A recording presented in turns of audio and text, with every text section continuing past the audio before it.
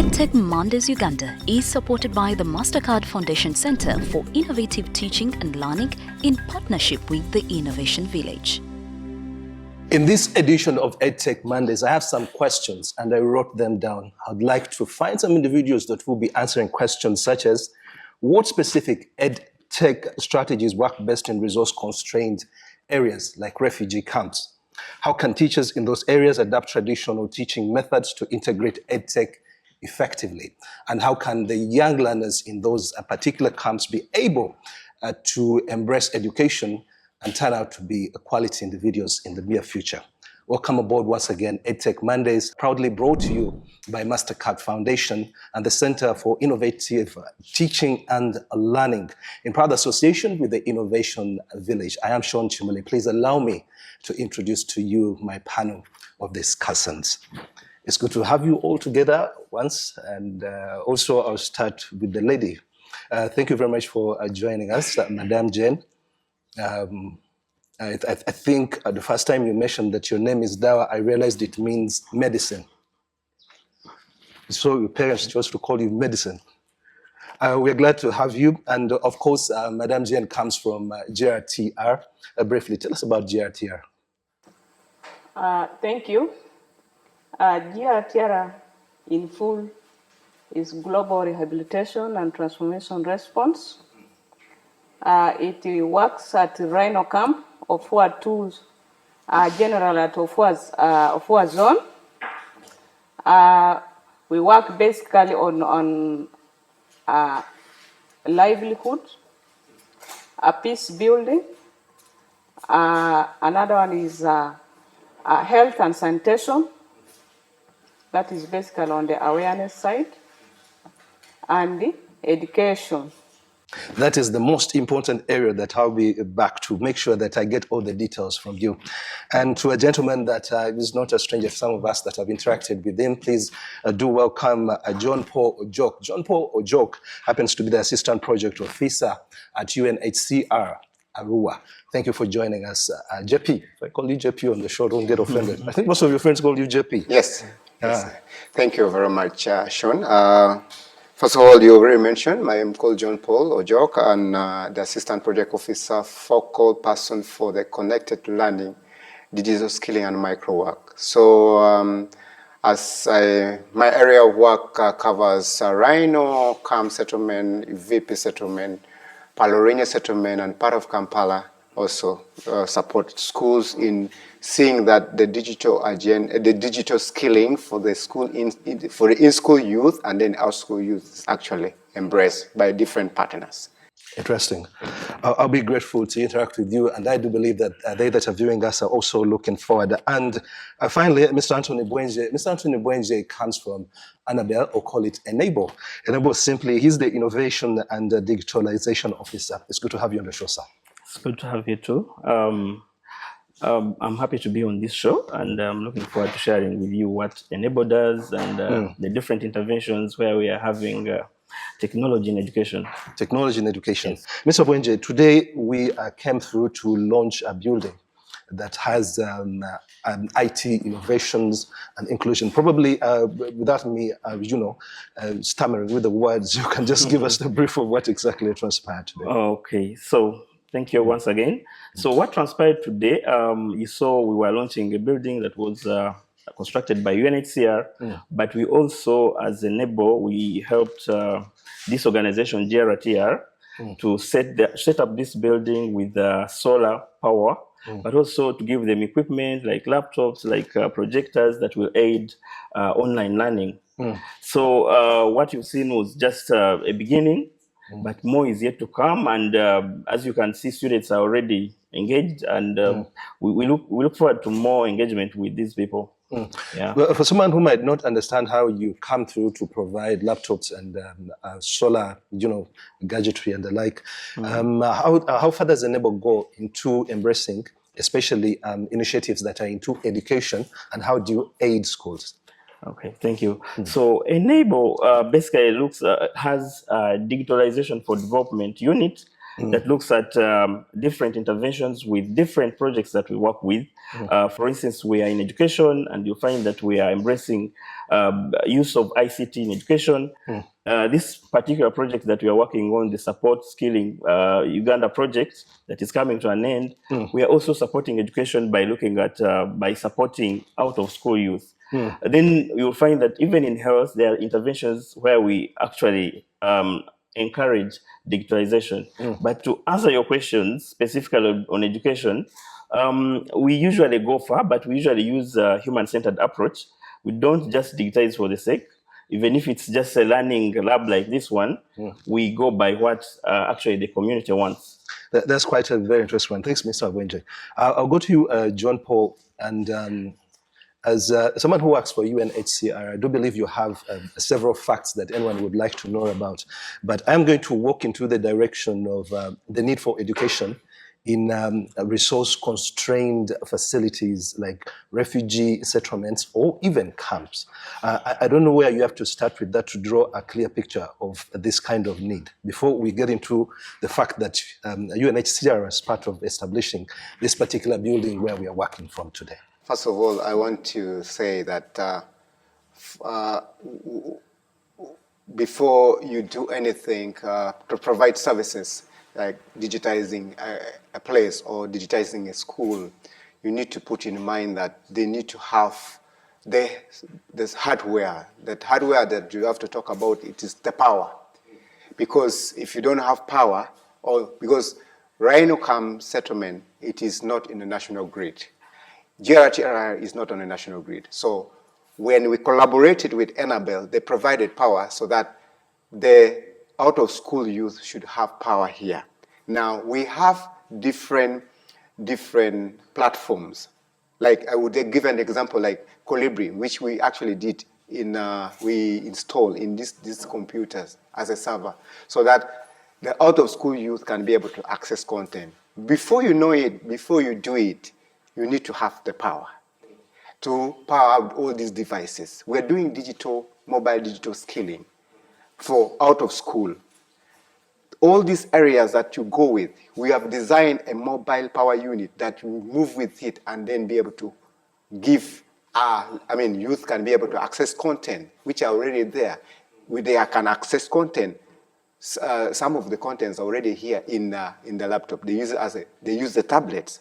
Now, in the areas that the content which are not there, they can be able to use also internet. They can be able to access this content. John Paul, we are talking about out-of-school learners who are into what turned out to be a settlement camp. That means that their background might not necessarily carry the conventional or traditional way of education.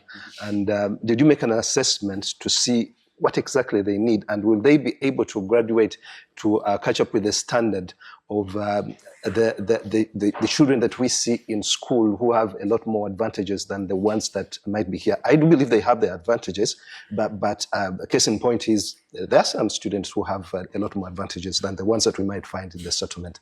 Yes, thank you, Son. Like the approach we're using is we're providing alternative pathways. Now, you're providing alternative pathways. In school, it's a formal setting. Now, out of school, it is not. It's a non-formal setting, non-educational formal setting. So, the approach we're using, it is based on interest of the out of school. Because you can't bring something that they're not interested in. And looking at also the skill, is the skill going to be relevant, that they can be able to get it, even though they are in the settlement, or they go back to their country of origin. But we have to follow set standard by the Ministry of Education and by the Ministry of Gender and Social Labor and Development, that they have to follow this system that it is actually set. Because if you only just look at that they will be able to only get this content, because first of all is when you take them through this skilling, what next? The most important thing, they need to be able to use this skill if they go out of this place. I would like to go back to Madame Jane, and also yours is into not only rehabilitation, but it's also into reconciliation. It's also into, for me, it comes off like you are like the mother. You're the mother who has got a child that you were missing out, and you're trying to put the child all together. In an area like a resettlement, refugee resettlement place, what are some of the highlights that you can share with us that we need to carry and put at the back of our minds? What are some of the highlights? What are some of the challenges? All right, thank you so much for the question. I think from such areas, the areas that you'll be much concerned will be the internet that Annabelle has talked about. And it's true that they have found in the refugee setting, internet is a problem, and they have already solved. And the power also has been an issue, and it has been solved. The biggest thing now is us as the refugees. Are we being sensitized on how to use the digital apparatus well? And do we have that love to use those digital apparatus to have the skill that is needed? In that regard, I will ask you the question. Have you been able to identify that the community, that partnerships are coming to have the love that you're talking about? Yes, partners do have the love. The love that the partners have the love. What about the community? What about the out-of-school learners? Do they have the love? Do they have the passion? Do they have the drive? I may say like this, for example, the out-school learners and the ones, especially the ladies, who are teenage mothers. Of course, some of them feel offended when they are called or invited for such kind of trainings.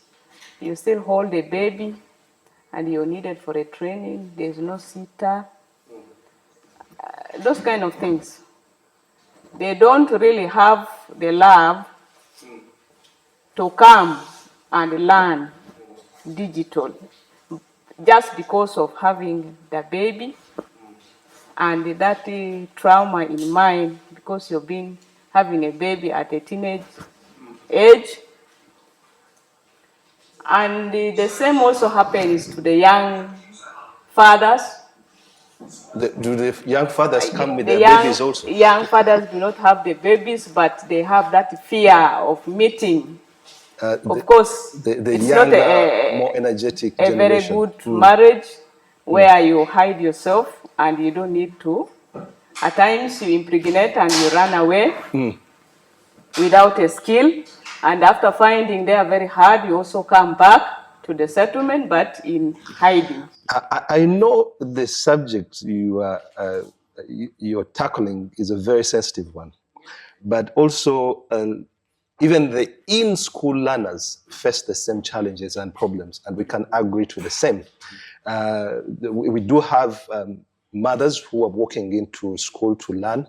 We do have mothers who are not tech savvy, they're not digital ready, but they walk into that area. And the psychological bit, and in good use of the word mental health and counseling, is there an area where this has been provided for very well through GRTR? That is, for example, in Ofua 2, the teenage mothers have been catered for, where they take them to school and they provide them some sitters to make them learn freely.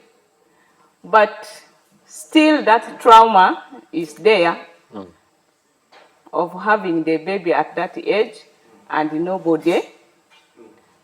Like after school when you go home, still you need to take care of the baby properly. Even at night, no opening of the book or even opening of the computer becomes a problem if in any case that the person or such a person has been given the computer. But otherwise, a lot of things have been provided for this aged group and to ensure that they really learn and get a skill. Thank you very much. Thank you very much. Well, once again, I would mention you're still watching EdTech Mondays, and our guests are coming from GRTR. We do have Madame Jane Dawa, of course, John Paul Okot as well from NHCR, Arua, he's an assistant professor. And of course, from Annabelle, there's something I in particular wanted to make sure that I get from Mr. Wenje. And I'll be starting with that. I'll be starting with us. With thanks to all our partners that are working with us, but more importantly, also thanks to the MasterCard Foundation Center for Innovative Teaching and Learning and the Innovation Village. We're taking a short break. When we come back, we have more questions, but we have the answers. Edtech Mondays Uganda is supported by the MasterCard Foundation Center for Innovative Teaching and Learning in partnership with the Innovation Village. Welcome back. Edtech Mondays brought to you by the MasterCard Foundation Center of Innovative Teaching and Learning in proud association with Innovation Village. We are grateful for some partnerships that we have today, including Enable, Annabelle, and also UNHCR. They are on the show. GRTR is also on the show. Digitalization and also being able to take up on learning could be a challenge, but it's a future. You cannot deny it. It has come, it will not go away.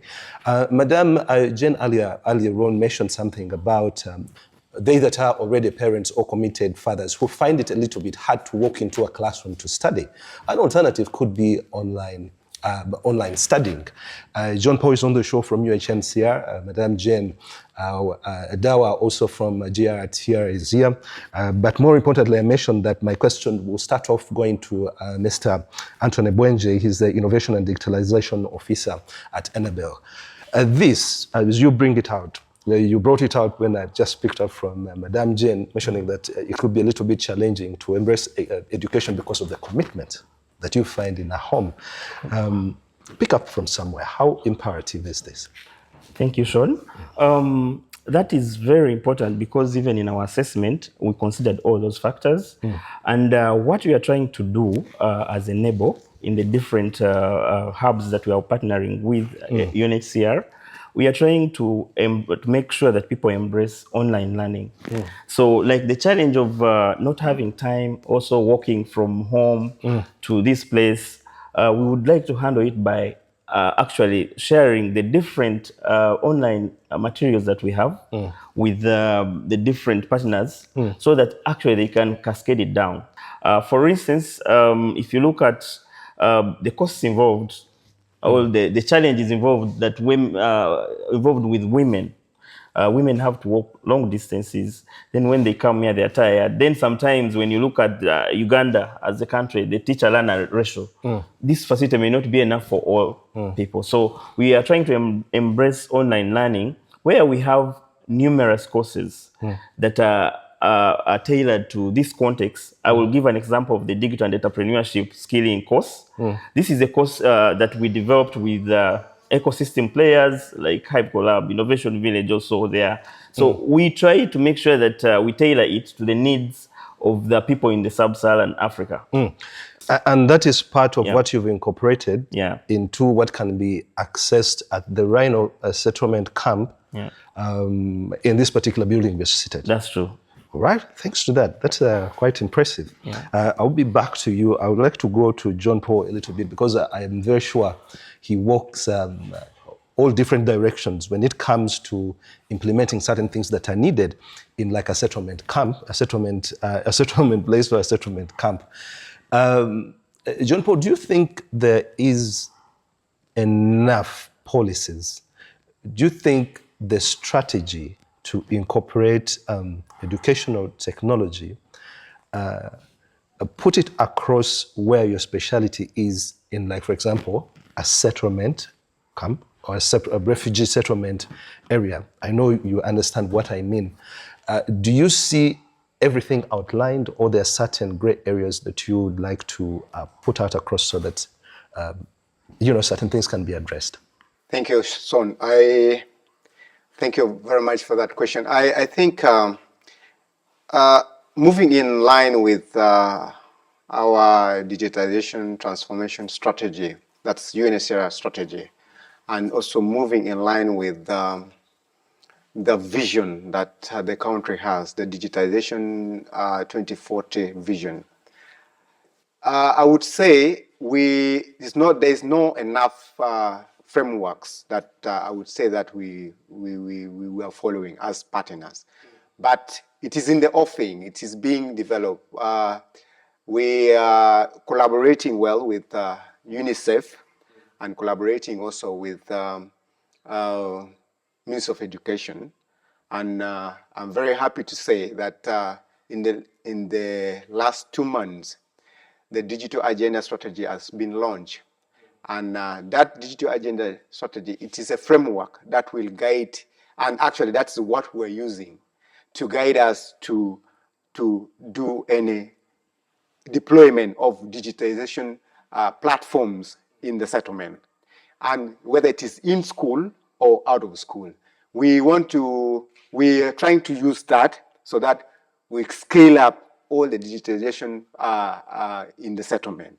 And also, it is not only in the school, refugee settlement schools, but in the settlement schools in the settlement, but also using the same digital skilling model, which was developed by UNICEF, so that, and actually approved by the Ministry of Education, and that moves in line with the digital agenda strategy, and that's what we are using for government school. So for all the out of school, all these platforms that we're using, or the models that we're using, name it, is it the Entrepreneurship Academy, is it job readiness content, it is actually in line, because at the end of the day, if a refugee or a host community has already completed the school, that goes far that this refugee has to be given some certificate. But this certificate should be in line with the Director of Industrial Training. So that will be able to, the refugee will be able to use that certificate to get employment anywhere, whether in the country of origin or in the settlement or outside in another district. You're bringing in DIT, and that is a subject for the entire week, 6 hours a day. But let me draw back a little bit. You talked about the frameworks, and you also almost put out a roadmap and explained what government has in place, what should be in place, and the likes before you brought in DIT. The implementation process, are we doing the right thing to implement all this in school students and the out of school students? Is the implementation the kind that you would conclude by saying that it will be, we are on track? Yes, thank you, Sona. I think we are in the right track, because first of all, we are following the models, which has already been approved by National Curriculum Development Center. All these content are actually competency-based curriculum. Thank you very much. Thank you very much. Of course, John Paul Ojok, his assistant project officer with UNHCR, Arua to be precise. That's how he has that information with him.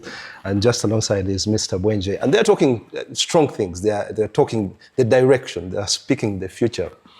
But there is something that I would like to take to Madame Dawa, which is very important in everything that we do. It is the attitude to embrace what has been put on the table. And remember, Madame Dawa talked about rehabilitation. She talked about reconciliation, and she talked about so many things. To me, it takes me in the space of that individual student.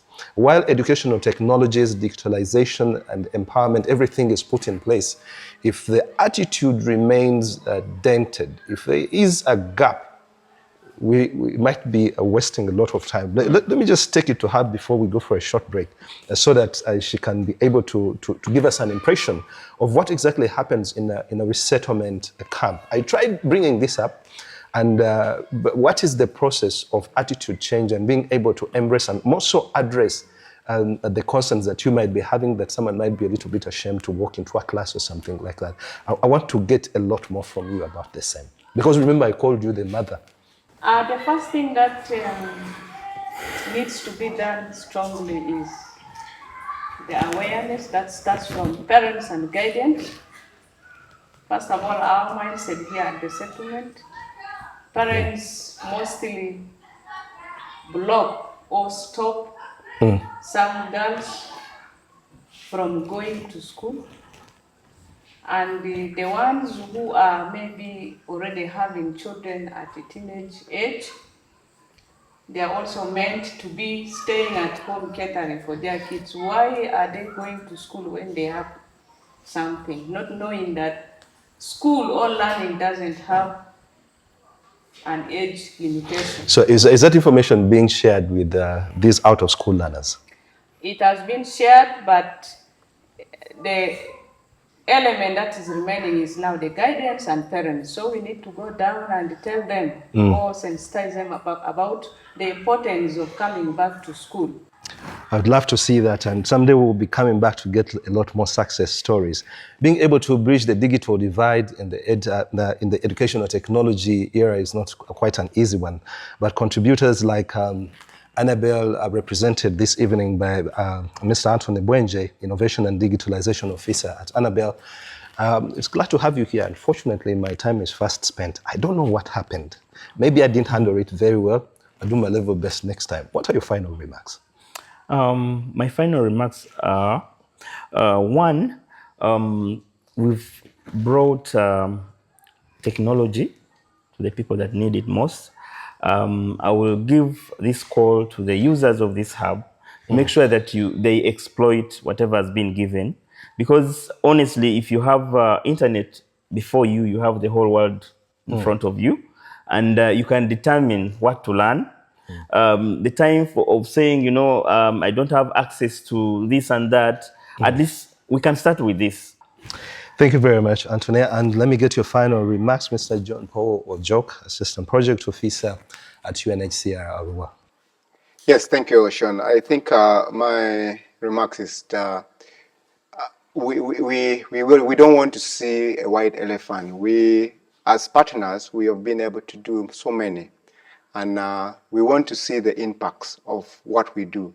That's not just only mentioning it. The beneficiary should be able to come forward and be able to say, okay, I benefit from this, I can be able to do this, and we shall be able to move far. Most importantly is the impact should not only be here, it should also cross a port. Even though you leave the settlement here or go to another place, you will be able to say, okay, I really benefited from this. Thank you very much. Those are my solutions. Thank you very much. Jendawa, Gerati, what's your final remarks? Thank you once again. My final remarks will be,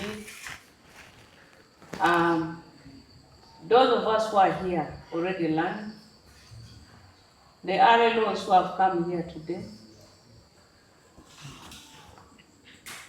the leadership of the settlement who is here today also must go down there as agents of change to the community.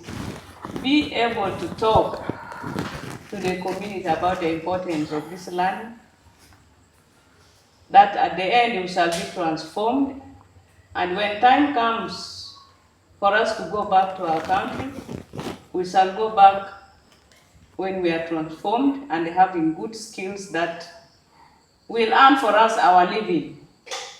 We are now crying for our future living in our country when peace comes. We don't want to go back very raw the way we came. So go and preach the gospel that the hub will be an inclusive one. Take the trauma away from our teenage mothers, teenage fathers, and even the old and people living with disabilities. Let them all come. Disability doesn't mean inability. So all of us are capable of learning these practical materials that we shall be given from the center, and go back a very good person that is able and not dependent. Thank you. Thank you. That's quite a very heavy message for anyone to carry home. And I cannot put anything on top of that particular this discussion. We traveled all the way and came across to Terego to ensure that we witness the launch of an IT, or more so digital hub, happening here at the Rhino Refugee Settlement Camp.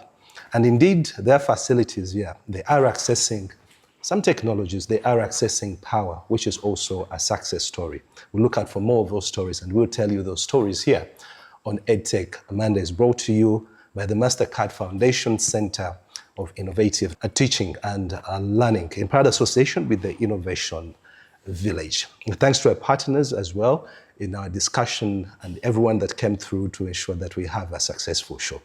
There will be another one. My name is Sean Chimoli. Thank you for watching. Edtech Mondays Uganda is supported by the MasterCard Foundation Center for Innovative Teaching and Learning in partnership with the Innovation Village.